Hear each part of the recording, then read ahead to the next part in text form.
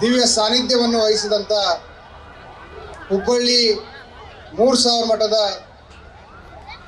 ಮನ್ನಿರಂಜನ ಜಗದ್ಗುರು doctor Gurusiddha Rajayogendra ಮಹಾಸ್ವಾಮಿಗಳ ಪಾದಗಳಲ್ಲಿ ಶಿರಸಾಷ್ಟಾಂಗ ನಮಸ್ಕಾರವನ್ನು ಸಲ್ಲಿಸುತ್ತಾ, ಅದೇ ರೀತಿ ನಮ್ಮ ಆರಾಧ್ಯ ದೈವ ರಂಭಾಪುರಿ ಜಗದ್ಗುರು ಡಾಕ್ಟರ್ ವೀರಗಂಗಾಧರ ಶಿವಾಚಾರ್ಯ ಮಹಾಸ್ವಾಮಿಗಳ ಲಕ್ಷ್ಮೇಶ್ವರದ ಮುಕ್ತಿ ಮಂದಿರದ ಶತಸ್ಥಳ ಬ್ರಹ್ಮಿ ವೀರ ಮುಕ್ತಿಮುನಿ ವಿಮಲ ರೇಣುಕ ಶಿವಾಚಾರ್ಯ ಸ್ವಾಮಿಗಳ ಪಾದಾರವಿಂದಗಳಲ್ಲಿ ಶಿರಸಾಷ್ಟಾಂಗ ನಮಸ್ಕಾರವನ್ನು ಸಲ್ಲಿಸುತ್ತಾ, ವೇದಿಕೆ ಮೇಲೆ ಆಸೀನರಾದಂಥ ಎಲ್ಲ ಪೂಜ್ಯ ಮಠಾಧೀಶರು, ದಯಮಾಡಿ ಹೆಸರು ಹೇಳಿಲ್ಲ ಅಂತೇಳಿ ಅನ್ಯತೆ ಭಾವಿಸಬೇಡ್ರಿ. ನನಗೆ ಕೇವಲ 5 ನಿಮಿಷ ಮಾತಾಡೋಕ್ಕೆ ಅವಕಾಶ ಮಾಡಿಕೊಟ್ಟಿದ್ದರಿಂದ ಎಲ್ಲ ಪೂಜ್ಯ ಗುರುಗಳಲ್ಲಿ ಶಿರಸಾಷ್ಟಾಂಗ ನಮಸ್ಕಾರಗಳನ್ನು ಸಲ್ಲಿಸಿದ್ದೇನೆ. ನಮ್ಮ ಪಕ್ಷದ ಹಿರಿಯ ನಾಯಕರಾದಂಥ ಶ್ರೀ ದೀಪಕ್ ಚಿಂಚೋಳಿ ಅವರ ಆದಿಯಾಗಿ ಎಲ್ಲ ಪಾಲಿಕೆ ಸದಸ್ಯರು, ಹಿರಿಯ ನಾಯಕರು, ನೀವು ಯಾರಿಗೋಸ್ಕರ ಕಾಯ್ತಾ ಇದ್ದೀರಿ, ನಮ್ಮ ನೆಚ್ಚಿನ ಕಲಾವಿದರಾದಂಥ ಪ್ರಾಣೇಶ್ ಅವರ ತಂಡಕ್ಕೂ ನಾನು ಸ್ವಾಗತವನ್ನು ಬಯಸ್ತೇನೆ. ಇವತ್ತಿನ ದಿನ ನಾವು ನೀವೆಲ್ಲರನ್ನು ಯಾಕೆ ಸೇರಿಸಿವಪ್ಪ ಅಂತಂದ್ರೆ, ಸಹಜವಾಗಿ ಹುಬ್ಬಳ್ಳಿ ಅಂತಂದ್ರೆ ಏನಂತೀವಿ ನಾವು, ಪತ್ರಕರ್ತರು ಗಂಡು ಮೆಟ್ಟಿನ ನಾಡು ಅಂತಾರೆ, ವಾಣಿಜ್ಯ ನಗರಿ ಅಂತಾರೆ. ನಾವು ನೀವೆಲ್ಲ ಕೇಳಿದ್ರೆ ಧಾರವಾಡ ಪೇಡೆ ಚಲೋ ಸಿಗ್ತೈತಪ್ಪ ಹುಬ್ಬಳ್ಳಿಯಾಗ ಧಾರವಾಡದಾಗ ಅಂತೀವಿ, ಸಾವ್ಜಿ ಖಾನ ಒಳಗೆ ಮಟನ್ ಸಿಗ್ತೈತಿ ಅಂತೀವಿ, ಗಿರ್ಮಿಟ್ ಚಲೋ ಸಿಗ್ತೈತಿ ಅಂತೀವಿ. ಆದ್ರೆ ಇವತ್ತು ಭಾರತ ದೇಶದ ರಾಷ್ಟ್ರ ಧ್ವಜ ತಯಾರಾಗುವಂಥ ಭೂಮಿ ನಮ್ಮ ಹುಬ್ಬಳ್ಳಿ ಅನ್ನೋದು ನಾನು ಈ ವೇದಿಕೆ ಮುಖಾಂತರ ಬಹಳ ಗರ್ವದಿಂದ ಹೇಳಕ್ಕೆ ಬಯಸ್ತೀನಿ. ಭಾರತ ಸರ್ಕಾರ 200 ವಿದೇಶಗಳಲ್ಲಿ ಇಂಡಿಯನ್ ಎಂಬಸಿಯನ್ನು ಸ್ಥಾಪಿಸಿದೆ. ನೀವು ಲಂಡನ್ ಹೋದಾಗ, ಫಾರಿನ್ಗೆ ಹೋದಾಗ, ಅಮೇರಿಕಾಗೆ ಹೋದಾಗ, ಬೇರೆ ಬೇರೆ ಕಂಟ್ರಿಗಳಲ್ಲಿ ಹೋದಾಗ ಇಂಡಿಯನ್ ಎಂಬಸಿ ಅಂತ ಇರ್ತೈತಿ. ಆ ಇಂಡಿಯನ್ ಎಂಬಸಿ ಮೇಲೆ ಹಾರುವಂಥ ಧ್ವಜ ನಮ್ಮ ಬೆಂಗೇರಿಯಲ್ಲಿ ತಯಾರಾಗಿರುವಂಥ ಧ್ವಜ ಅನ್ನೋದನ್ನು ನಾನು ಬಹಳ ಗರ್ವದಿಂದ ಹೇಳ್ತೀನಿ. ಈಗ ತಾನೇ ಸಚಿವರು ಬಂದರು, ಅವ್ರ ಗಾಡಿ ಮೇಲೂ ಕೂಡ ರಾಷ್ಟ್ರ ಧ್ವಜ ಹೋಯ್ತು. ಆ ರಾಷ್ಟ್ರ ಧ್ವಜನೂ ಕೂಡ ನಮ್ಮ ಬೆಂಗೇರಿಯಲ್ಲಿ ತಯಾರಾಗಿತ್ತು. ಈಗ ನಾವು ದಿಲ್ಲಿಗೆ ಹೋದಾಗ ಏನು ಅನ್ಕೋತೀವಿ, ನಾವು ತಾಜ್ ಮಹಲ್ಗೆ ಹೋಗ್ಬೇಕಪ್ಪ, ಆಗ್ರಾಗೆ ಹೋಗಿ ತಾಜ್ ಮಹಲ್ ನೋಡಬೇಕು ಅಂತೀವಿ. ಬೆಂಗಳೂರು ಹೋದಾಗ ವಿಧಾನಸೌಧದ ಮುಂದೆ ನಿಂತು ಫೋಟೋ ಹೊಡ್ಸ್ಕೋತೀವಿ. ಮೈಸೂರು ಹೋದಾಗ ಪ್ಯಾಲೇಸ್ ನೋಡಕ್ಕೆ ಹೋಗ್ತೀವಿ. ಆ ಮಟ್ಟಕ್ಕೆ ರಾಷ್ಟ್ರ ಧ್ವಜ ತಯಾರಾಗುವಂಥ ಘಟಕ ಸ್ಥಾಪನೆ ಆಗಬೇಕು. ಹುಬ್ಬಳ್ಳಿ ಧಾರವಾಡಕ್ಕೆ ಬರುವಂಥ ಪ್ರತಿಯೊಬ್ಬ ಜನ ರಾಷ್ಟ್ರ ಧ್ವಜ ಹೇಗೆ ತಯಾರಾಗುತ್ತೆ ಅದನ್ನು ನೋಡಬೇಕನ್ನುವಂಥ ಹಂಬಲ ಬಯಸಬೇಕು. ಆ ರೀತಿ ಒಂದು ಪ್ರವಾಸೋದ್ಯಮ ತಯಾರಾಗಬೇಕು.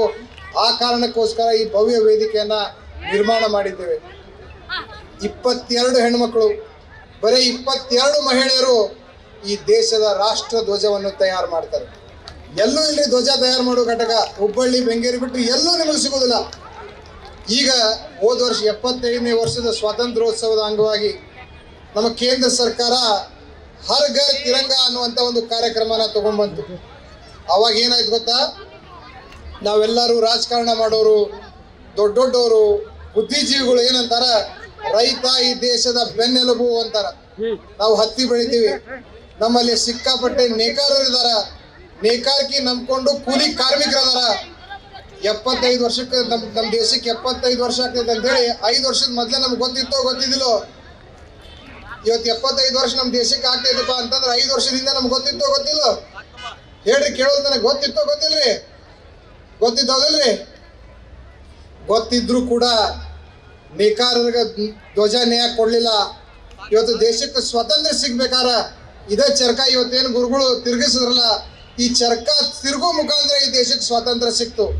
ಇವತ್ತು ಆ ಚರ್ಕಾದಲ್ಲಿ ತಯಾರಾಗಿರುವ ಧ್ವಜವನ್ನು ಬಿಟ್ಟು ಪಾಲಿಸ್ಟರ್ನಲ್ಲಿ ಮಾಡಿರುವಂಥ ಧ್ವಜನ ಚೈನಾದಿಂದ ತಗೊಂಡು ಬಂದು ನೀವೆಲ್ಲ ಮನೆ ಮೇಲೆ ಹಾರಿಸ್ತೀವಿ.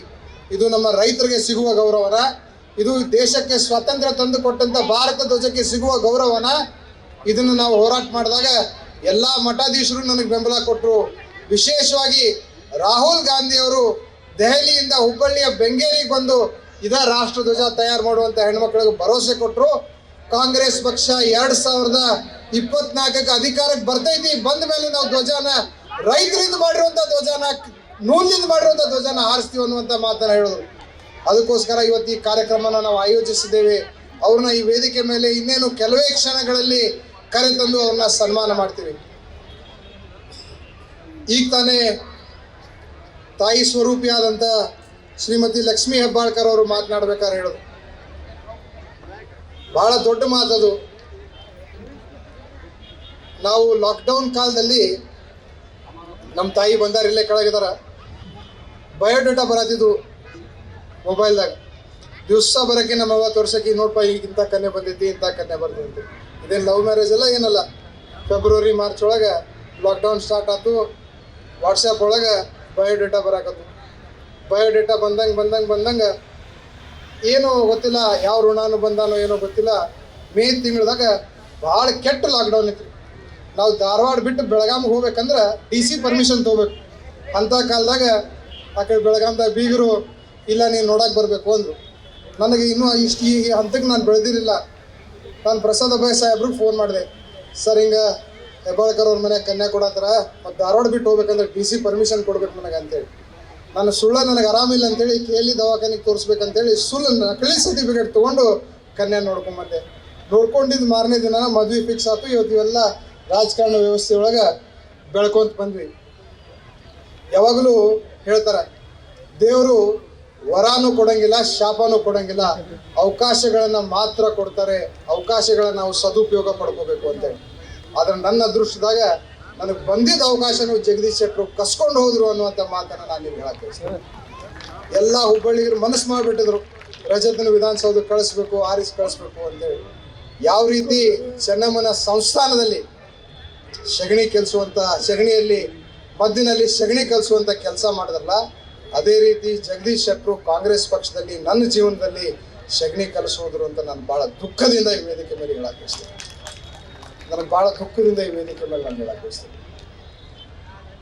ರಾಜಕಾರಣ ಮಾತಾಡಬಾರ್ದು, ಪೂಜ್ಯರು ಭಾಳ ಜನ ಇದ್ದಾರೆ.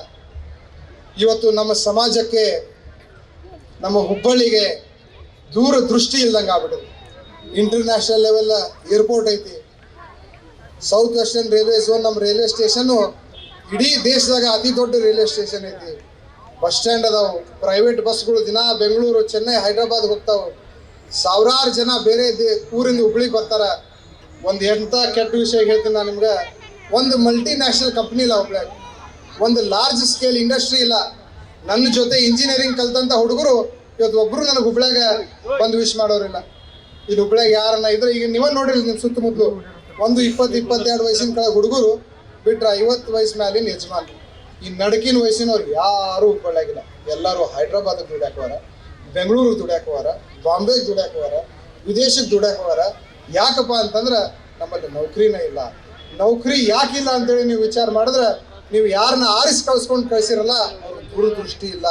ಆ ಕಾರಣಕ್ಕೆ ನಮ್ಮ ಹುಡುಗರು, ನನ್ನ ವಯಸ್ಸಿನ ಯಂಗ್ಸ್ಟರ್ಸ್ಗೆ ಇಲ್ಲಿ ನೌಕರಿ ಇಲ್ಲ ಅಂದ್ರೆ ನಾನು ಭಾಳ ದುಃಖದಿಂದ ಹೇಳಿ. ಅದಕ್ಕೊಂದು ದೂರದೃಷ್ಟಿ ಇರಬೇಕು. ಈಗ ಇವತ್ತಿನ ಕೇಂದ್ರ ಸಚಿವರು, ನಮ್ಮ ಭಾಗದ ಸಂಸದರು ದಿನ ಕಲರ್ ಜಾಕೆಟ್, ಒಂದು ದಿವಸ ಹಳದಿ ಕಲರು, ಒಂದು ದಿವಸ ಕೇಸರಿ ಕಲರು, ಒಂದು ದಿವಸ ನೀಲಿ ಕಲರ್ ಹಾಕೊಳ್ಳೋದು, ಮೋದಿ ಹಿಂದೆ ಮುಂದೆ ಸುತ್ತೋದು. ಮಹದಾಯಿಗೋಸ್ಕರ, ನೀರಿಗೋಸ್ಕರ ಹೋರಾಟ ನಡೆದೈತ್ರಿ ವರ್ಷಗಟ್ಲೆ. ಮೋದಿ ಕೈ ಹಿಡ್ಕೊಂಡು ನಿಮ್ಗೆ ಯಾಕೆ ಮಹದಾಯಿ ನೀರು ಹುಬ್ಳಿಗೆ ತಂದು ಕೊಡೋಕ್ಕಾಗಲಿಲ್ಲ? ಯಾರನ್ನ ಇದನ್ನ ಪ್ರಶ್ನೆ ಮಾಡುವಂಥ ಹಕ್ಕಿಲ್ಲ ನಮ್ಗೆ. ಇವತ್ತು ಮಹದಾಯಿಗೋಸ್ಕರ ನರಗುಂದು, ನವಲಗುಂದು, ಕುಂದಗೋಳು, ಕಲಘಟಗಿ ಭಾಗದ ರೈತರು ನೀರಿಲ್ದ ಒಳ್ಳೆ ಫಸಲ್ ಬರೋಲ್ತು. ನಮಗೂ ನಿಮಗೂ ಕುಡಿಯೋಕೆ ನೀರಿನ ತ್ರಾಸ ಐತಿ. ಇದನ್ನ ಮಾಡಿಸೋದು ಬಿಟ್ಟು ಬರೀ ವಾಟ್ಸಪ್ದಾಗ ವಿಡಿಯೋ ಮಾಡೋದು. ಜೋಶಿ ಸಾಹೇಬ್ ಮೋದಿ ಕೊಟ್ಟು ಅಡ್ಡಾಡ್ತಪ್ಪ, ಜೋಶಿ ಸಾಹೇಬ್ ಮೋದಿ ಕೊಟ್ಟು ಅಡ್ಡಾಡಿದ್ರೆ ಏನು ಮಾಡ್ದಂಗೆ ಆತ್ರಿ? ಏನು ಕೊಡುಗೆ ಕೊಟ್ರಿ ನೀವು ಹುಬ್ಬಳ್ಳಿಗೆ, ಏನು ಕೊಡುಗೆ ಕೊಟ್ರಿ ಧಾರವಾಡಕ್ಕೆ ಅನ್ನೋದನ್ನ ಹೇಳಬೇಕು ಅನ್ನೋದನ್ನ ನಾನು ಈ ವೇದಿಕೆ ಮುಖಾಂತರ ಕೇಳಕ್ಕೆ ಬಯಸ್ತೇನೆ. ಇವತ್ತು ನನ್ನ ಜನ್ಮದಿನಕ್ಕೆ ಪೂಜ್ಯ ಗುರುಗಳೆಲ್ಲ ಬಂದಿದ್ದಾರೆ. ಅವರ ಆಶೀರ್ವಾದ ಪಡೆದುಕೊಂಡು ನಾನು ಪಾವನವಾಗಿದ್ದೇನೆ.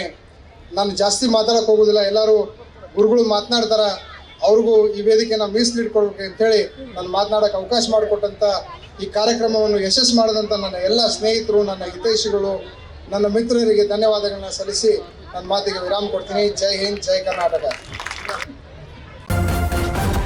ನ್ಯೂಸ್ ಫಸ್ಟ್, ನಿರ್ಭೀತಿಯಿಂದ ನಿಮ್ಮ ಪರವಾಗಿ.